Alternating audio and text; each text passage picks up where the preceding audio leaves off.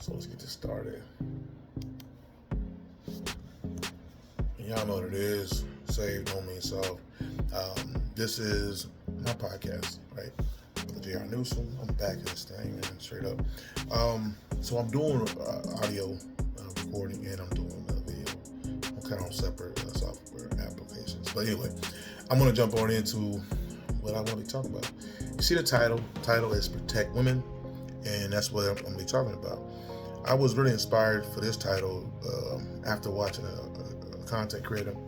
He was talking about, his name is Deontay Kyle, and he was talking about protecting women. He was talking about this idea that that's really, I don't know why it seemed like it sparked so much, and I could put in the description, it sparked a lot of fake outrage, right? But he was basically saying, women, a lot of women are not feeling safe existing in the presence of men, right? They're just not feeling safe. They feel like, a lot of guys are a danger to them, and it's uncomfortable, and it's something that they're fed up and they're tired of. You know what I'm saying? They want to be able to exist, and they want to not have to worry about somebody chasing them around and following them around, and following them into the restroom, harassing them when they go get gas at the gas station. They go to the restaurant with their friends or the movies. They want to not have to worry about some guy ruining their night. He brought a really good point up. He said, how many times as a guy, when you go out, how many times do we say, oh man, I hope these girls don't ruin our night? He asked that question, and it was true. It's like when you think about guys, we never have that. That is never a conversation we have with our friends. When we go somewhere, we never think about, man, hope these girls don't ruin our night. That's the last thing we could ever, imagine thinking about. If anything, guys, we're looking, to see how many times that we can, have a woman look a man's way, right? We want to have a woman look our way, right? It's for the single guys, obviously. But that's the reality of it. It's not a concept of, oh man, we want to kind of be able to have fun and not worry about girls trying to approach us. That's not an idea or a thought that men have. Men want to be approached by women. Men want women to show interest. Women have to be afraid of that, because a man showing interest, a man approaching a woman, could be a dangerous situation for her. And I think it's really strange when guys have this mindset that, I don't want to protect women. I don't worry about these random girls. I don't want to protect them. Why I want to protect them? I heard a guy say, he was talking about how, what about my feelings? What about when all the women have done this to me and blah, blah, blah. And I'm like, dude, like, are you really, really having this type of, you're going to die on that hill? Really? Like, it didn't make any sense to me. But I noticed a lot of men did give a lot of pushback on it. And that kind of brought me to kind of a story time. Story time about when I went through a situation that really, I guess, for a lot of guys, probably would have been traumatizing, to where they would have had a different outlook when it comes to women. So I'll just jump right in, right? So I might have been around 11 or 12. This was like in the early 90s. I'm 44 now, so it was probably around 92, 91, 92. Anyway, so a long time ago, right? But anyway, I remember having like a fake telephone girlfriend. That's kind of what we did back then.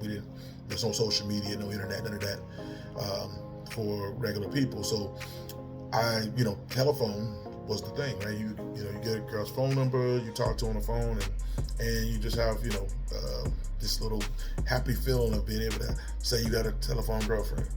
And I remember the girl I was talking to, my older brother, he was like 2 years older than me at the time, and he was talking to her sister, right? So it was kind of one of those things, where I talked to the younger sister, he's talking to the older sister, cool, all good. And I remember him telling me, well, first, okay, the girl I was talking to, she says, hey, send me a picture, why don't you send me a picture? I'm like, okay, cool. I got a picture. I thought that was cool. I had a picture that I took after football practice one day. I had my jersey on. I was rocking like a high top S curl. It wasn't like a huge kid and play high top, but it was like Gerald Levert type level, with a little S curl, and I thought it was cool, my jersey. I thought it was nice, and I had the picture. I picked out, so I'm gonna send this one, and my brother's like, yo, don't send that girl your picture. I'm like, man, chill out, man, whatever. And he's like, don't do it. I said, why you ask that? He said, I'm not sending no picture. I said, but they want us to, and he's like, no, I'm not doing it. And my little kid brain, I didn't think, why don't she sent a picture first. I didn't think like that. I just was like, eager. I'm like, yeah, I'm gonna send this picture, and it's all good. And it was crazy because it may have been like a couple weeks went by. I know it was enough time that went by that we had moved. It was at a completely different house. I had forgot I even sent the picture, right? And I remember one day my brother was he was on. I came home from somewhere. I don't know where I was at, but I came home and I saw him on the phone, and he's talking to the older sister, the one that was around his age, and he's talking to her, and he's looking kind of sad. His face is like, man, he got a sad look on his face, and I didn't know that face, from him. When you're a kid, there's certain faces you recognize, and we don't know what stress really looks like on a kid's face. Not growing up in our generation. So I didn't know what that expression was. Like, what is this? What kind of expression is this on his face? Why is he looking like that? But the expression was a stressed, frustration type of face. And if I go back and I think my favorite writer, my favorite author is Stephen King. And I know that's crazy. So a Christian dude like Stephen King, I do. Stephen King is dope. I feel like he has some really good stories. But to take it in the way he would say it, he would have said, in that moment, I saw the grown man that my older brother was going to become. He was like 13, 14 years old. But at the time, I saw the grown man he was going to become because his face looked haggard. It looked tired. It looked frustrated. It looked upset. And this is all in the phone conversation that he's having. And I get closer to him. I'm walking up, trying to see what's going on. And I hear laughter on the phone. I'm kind of, my 12-year-old brain, I'm like, oh, whatever, he's just, I don't know what's going on with him, but I'm like, something funny's happening because she's laughing. I can hear the girl laughing. She's kind of loud. I'm like, oh man, maybe it's a joke. I want to know the joke. Let me know what's funny. So I'm thinking like, okay, this is all good. Let me be a part of this joke. I wanted to be part of that joke. So what I didn't understand is that I didn't want no part of that joke. I didn't want no part of it. But anyway, I didn't know that at the time. So my brother's has that same look on his face, all this laughter on the phone that I could hear, little girl laughter, right? They were little girls, and we were little boys, so it was little girl laughter. But to me, that was like, okay, I want to know. He hung up on the girl. He hangs the phone up, and to me, I'm like, whoa, that's weird. I haven't seen him do that before. I thought he liked this girl. And then after hanging the phone up, he looks at me, and he turns, and he's like, why did you send that girl your picture? And I'm thinking like, bro, what's the big deal, man? He's like, why did you do it? And I'm like, what are you talking about? I had almost forgot. That's how crazy it was. I almost forgot. And he's like, yo, you shouldn't have sent her your picture, man. They over here dissing you real bad. And, that's how we talk back in the 90s. He was like, they're dissing you, they're talking about you, they're tearing you up. And I'm like, yo, what's going on? What are they saying? And he's like, man, it's crazy, He wouldn't even go into it, right? He just said it was bad. And while we're talking, the phone rings, right? And I guess this girl didn't realize that she got hung up on, so she called back and she asked for me, which is weird because this is the girl that he was talking to, and she asked for me, not the sister, not the one that was around my age, but the one around his age. And he gives me the phone. He has this look of dread on his face, and I'm like, okay. I'm like, hey, what's up? And she verified it was me. It was weird. It was like good customer service skills, actually. She verified that she was speaking with me. And I was like, yeah, this is Jared. Everybody called me Jared back then. So she says, it's Jared. I'm like, yeah, that's me. What's up? And she's like, man, you are ugly. Oh my God. Your picture was horrible. We burnt your picture. My little sister flushed it down the toilet. It was just crazy, right? All that stuff. And I was like, I'm hearing this on the phone, right? Thankfully, there was no video. It was just on this phone. And I'm hearing this, and my heart just stopped at the moment. I couldn't believe what I was hearing. Nothing at the time was more devastating as a prepubescent boy than to hear a girl tell you that you're ugly, or tell you that, they're not into you. It was bad, right? And I'm hearing this little girl laughter in the background. Like I said, I call it little girl laughter because that's what it was. I was a little boy, but it was just, there were a bunch of little girls laughing and cackling and all that. And I was sick, man. I was sick. Now listen, I think around that time I had maybe already had been baptized, or I was going to be baptized. So, I was really kind of getting into my faith at the time as a Christian. I was. But when I got dissed like that and I just froze and I couldn't think, my reaction was to lash out. So I cussed her out. I did. I cussed her out. I went off and I hung up the phone. I felt vindicated, I guess. I was like, I let her know what was going on. I gave her what was, what for, right? That's what I was thinking. And the sad part about it is, it didn't really help. It didn't help. I was still, sick about it. And after that call, I thought I cussed her out, and I was tripping. After I did all that, I remember just looking at my brother, and I wanted a hug. Right? I remember I wanted a hug, but this is the 90s, and this is not a time where men were in tune with their feelings, and it just wasn't like that. So I could tell he wanted to give me a hug too. He didn't say it. I didn't say nothing. I needed my big brother to give me a hug at the time because I was sick. I was hurt. I had made a bad mistake, and he just looked at me. His eyes gave me a hug. He gave me a hug with his eyes, and that helped because he was like, man, I feel so bad for him. That's kind of how he looked at me, and it was, I needed that from him, but he just verbally, he's like, I told you not to do it. I told you don't do that, don't send that. And listen, of course, you couldn't tell me nothing at 12 years old. I knew what, everything I thought. I didn't know anything, but I thought I did. But long story short, somebody might say, well, how did you deal with that? I dealt with it. I kept living. I lived my life. I went out football practice the next day or so, and I just lived. I was in Boy Scouts. We just, went camping. We lived life. Church youth groups and things, and we just had, we just lived, right? I did not let that moment shape my feelings towards women. I didn't. Now, what it did is it taught me how to appropriately approach women. It gave me a better sense of how to do that. But to have a disdain and have all this, vitriol, I guess, if you would, towards women, it didn't do that to me. It was just, I was hurt, and it was a bad moment for me, but I kept it moving, and I just lived my life. But a lot of men right now are talking about how, women have hurt them and how it's not fair. Who's going to protect us? I'm hearing grown men talk about who's going to protect us from women. This generation is strange.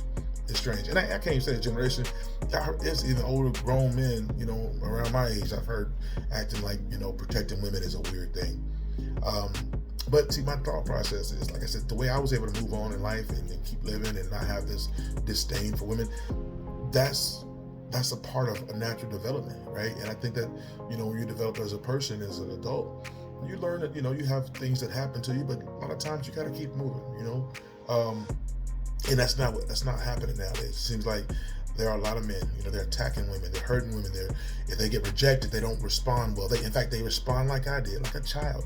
I was a child, and I lashed out, and I did and said things very inappropriate, very disrespectful, nothing like I was raised to speak, and I did it. I went off, man, and it was bad because that's what a child does. When they get upset, a child lashes out. But we're seeing grown men with that same childish little boy mind. You get them upset, they're gonna lash out. Guys cussing girls out, slapping girls, and talking. I mean, it's just crazy things that you see men doing. And then you have a content creator who is saying, hey, you guys need to be held accountable. You guys need to hold each other accountable. And you guys need to make sure that you make a conscious effort to protect women. And there's men pushing back on that. I can't understand that concept. We have mothers in our lives. We have aunts. We have sisters. We have spouses. We have, women that are important to us. And the idea of them not being safe is disheartening. It hurts. Think about it. Imagine from a married Christian man or a married man, period. I don't care if you're Christian or not in this situation. Your spouse is somewhere and she's going to get gas. I know some guys, they pump the wife gas for them. That's cool, and I get it. But if, let's say your wife is able to pump her own gas and she goes and pumps her gas somewhere, do you want some men harassing her at the gas station? Or do you want somebody who's with those guys, hey bro, chill out, man, what you doing? She ain't interested. What would you want? You would want another guy to come and settle down their friends, right? Same thing if let's say your mother is somewhere at the grocery store or somewhere and some guy disrespects her. And you would want some man to have the decency to say, hey, chill out, or call the police or whatever the case may be. This idea of protecting women is not a foreign or strange concept. It's just a matter of men having love for women. And I'm not talking about romantic love, because every woman don't want you, right? And I think a lot of guys have that problem too. Understand every woman don't want you. That's cool. That is okay. There's nothing wrong with that. For the single guys who, you shoot your shot and she ain't interested, move on, man. Okay, cool. She don't want you, right? So that's what it is. Learn to deal with that. But the idea of thinking that it's okay to lash out and be like a little boy who's upset, that don't make any sense. And I completely support what that content creator is talking about. I mean, I think it's a really important time to make sure that women are able to feel safe just existing. And that, that looks like, someone may say, what does that look like? Well, it looks like a woman being able to go to a restaurant with her friends and have a good time. She shouldn't have to worry about being harassed. She should be able to go to a restaurant and not have to worry about some dude following her. That example also is, if a woman gets off work at 10 o'clock, right? And she gets off at 10 p.m. and she's going to get some gas or going to the grocery store or whatever. She should not have to fear some man trying to do something or say something inappropriate to her. I think it starts with us holding ourselves accountable as men. Understand that, hey, learn to get past, anything that we think is related to our situation that would, make a man feel like it's okay to lash out. Help. I think it's really important for men to learn that concept that prayer, trusting in God, and therapy. Those are some very important things that I know personally are cornerstones to helping you be a better man, right?